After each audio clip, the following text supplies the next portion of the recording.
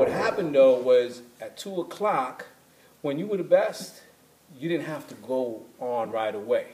You know, they always save the best for last. Oh, yeah? So yeah, so everybody would take their turn to dance in a circle. Mm-hmm. You know, jump in, jump out, jump in, jump out.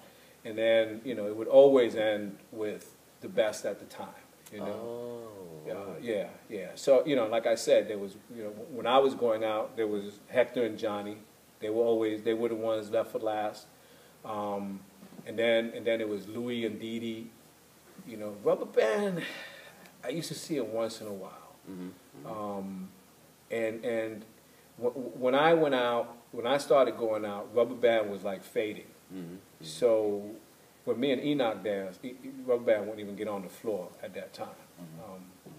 He was too used, he was spoiled. He was too used to, you know, when he danced, everybody would, he was like an icon, you know, but that didn't happen when we would dance. Yeah. So after Mike, then it became Mike Dominguez and Junior, his partner, and then Danny and Hector. And then the girls, it was Anna and Janet. And it was also Penny and Angie. Angie's still around. Mike Dominguez is still around. Danny's still around. I can get you interviews. Maybe we can do a panel one day. These guys are off the hook. Definitely a panel. We need to know more. But these guys are off the hook, and they have information that I don't have. Yeah. Definitely. So and then it became me and Enoch, and I believe me and Enoch closed the show. After me and Enoch, there was really, I mean, I think it was the end of rock as we knew it. You know, so that generation that danced a particular way, you know, I think we represented that, and we were the last. And you know, we would go into a club immediately when we got on the floor. The circle, it was always a circle. We had routines to like 8 songs, so we could just we could go forever and do something new. We were also hired by the Latin Symbolics. Oh, yeah. Latin Symbolics, when they first came out, it was 6. It was George and Denise, they did the hustle. Sarah and Eddie, they did the hustle. And then George's brother Michael with Pat, they did salsa. So they brought us in to do rock.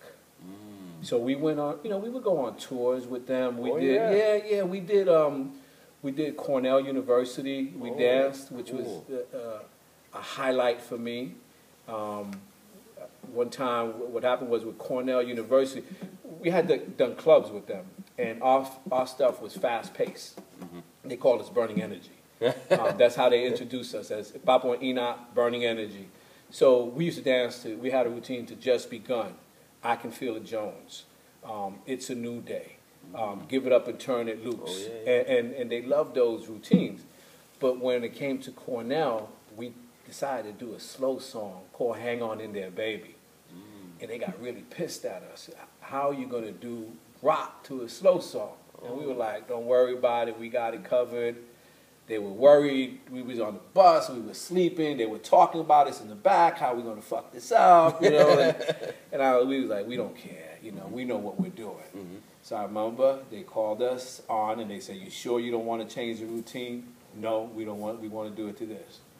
So the lights went on, we started to dance, and as soon as we broke into a routine, all you heard was ooh and ah, and we tore the house down. Wow. We tore the house down with a slow song. Nice. Yeah. So again, you know, we practiced a lot. You know, we would even go to places like the zoo to watch lions and tigers just walk, you know, and you know, and whatever they did, and take steps from them. It was all about dance, man. Nice. All about dance, similar to the way it is today, you know, because I see these kids and all they do is dance and they work so hard. I think it's awesome. Yeah, definitely. Wow. So I answered the question. I mean, great information. You know, I don't get a chance to talk about this stuff. No, it's, so I man, appreciate you're like, the my time. mind is like, wow, amazing.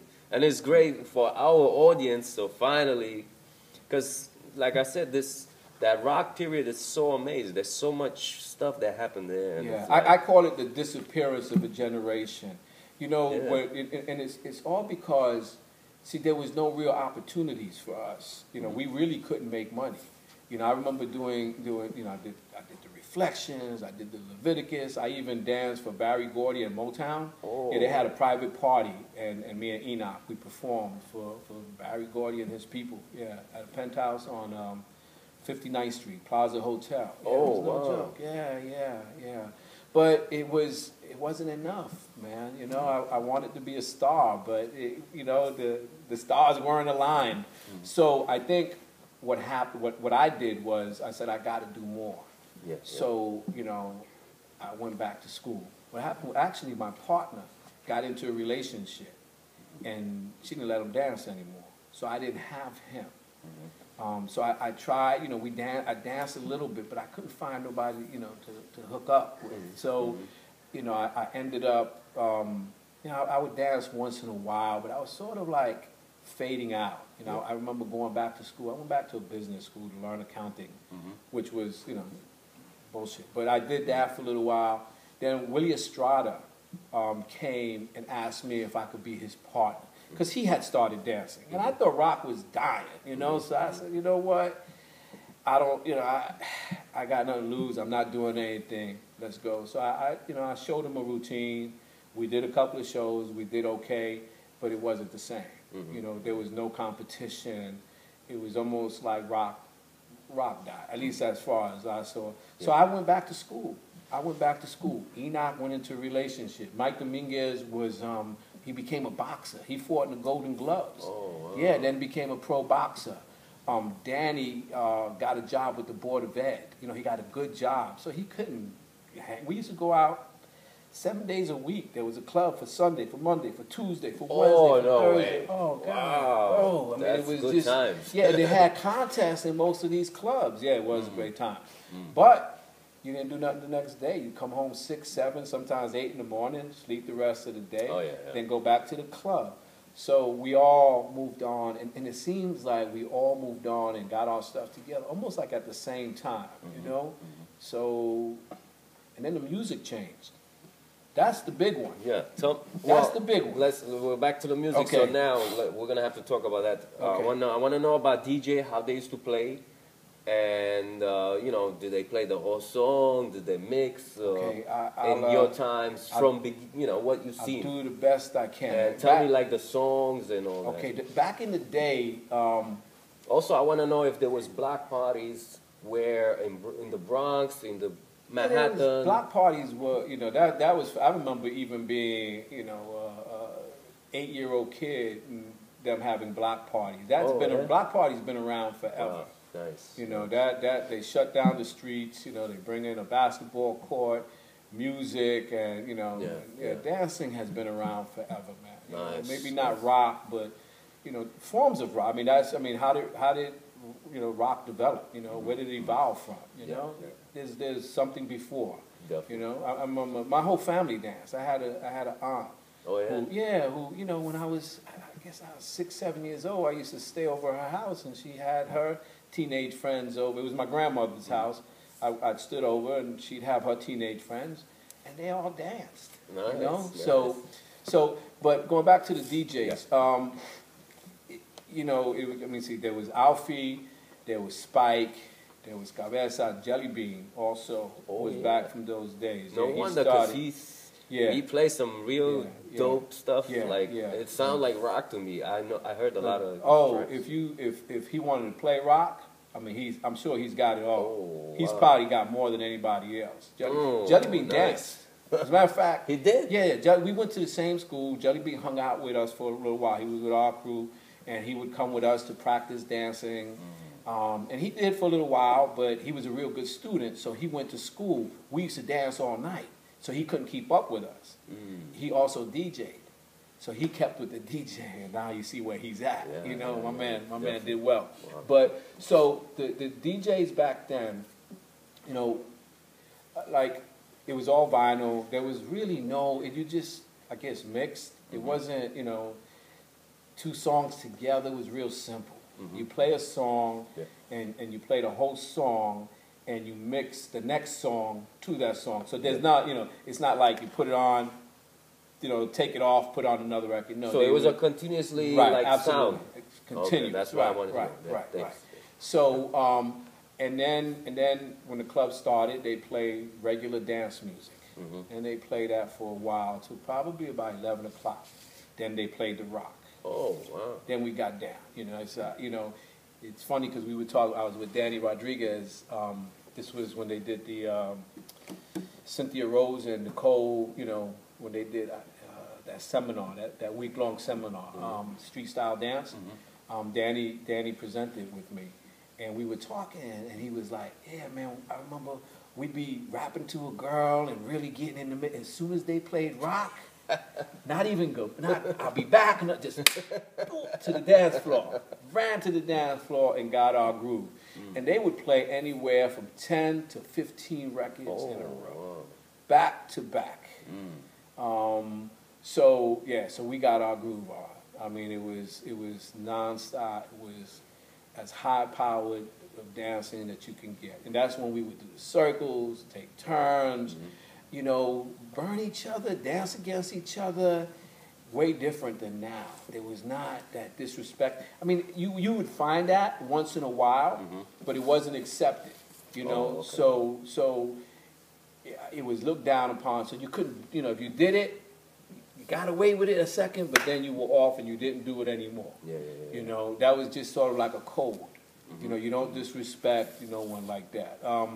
So we did that. Another thing, you used to dance like with girl, like against a girl.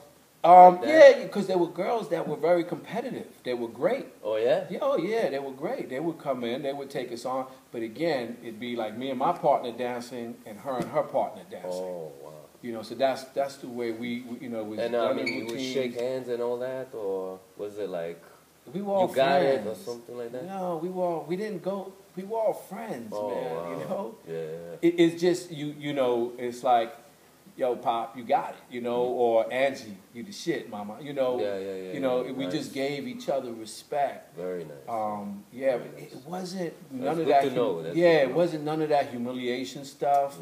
That's why I remember, I go back to because there's another piece there that I want to mention that doesn't happen anymore. But Danny, when he saw somebody, I won't even mention their name, they were presenting, and they did the jerk and burns. And they were talking about, how they, take somebody's gut and turn. And Danny said, "What is this?" Because he's been out of it. He said, "Come on, what is?" I said, "Chill." So that night, I sent him a copy of the Senga routine, Worry and Smooth, and said, "They're still dancing like we remember." And he calmed down. But he was very disappointed to hear what dancing had turned into. Because again, we did it to be fly. It was almost like we went out. When I used to go out, when me and Enoch, we used to dress our best, take our best to the club so we could perform. We felt like we were performing. When we danced, it was more of a performance. That's how Danny felt. That's how Mike felt. That's how the girls felt. We were getting down to enlighten, to entertain. We were entertainers, no doubt about it. So that was a difference. That's a big difference. So 15, records straight of rock, and then they go back to, regular music. And, the hustle was around at that time, so people did the hustle. Some people that's the time that we can dance with a girl and just get our groove on and talk and stuff. And then towards the end of the night, they used to put on slow songs. Oh, wow. And you used to dance slow. It was called a two-step. Oh, yeah? Yeah, it was called the two-step. You're holding, you're dancing slow. And that's when, if the girl liked you, you did the 500. And the 500 was a serious grind that you went down and came up. Oh, nice. Oh, it was so sexy, man. It was the shit, bro. And the songs, Natural High. We need some of that 500. Yeah, the 5. Oh, it was awesome, bro. It was awesome. And then, you'd wind up making out with the girl because, she had her eye on you. Because the girl you asked to dance is probably the one you want to hook up with. If she's not your girl already, Yeah. I know even King Abra talks about that. 500. Oh man, that was beautiful. Yeah. That's what made a night, man. That's good. I mean, and then I think hip hop needs some of that. I would say so. Calm your some ass of these, down. Yeah, some of these jams, there's not too many girls in there, and then people like they battling each other too much. And see, that's the other thing. Back in the day when we danced for the girls. That's what we danced to get girls. Yeah. That was it. And then the girl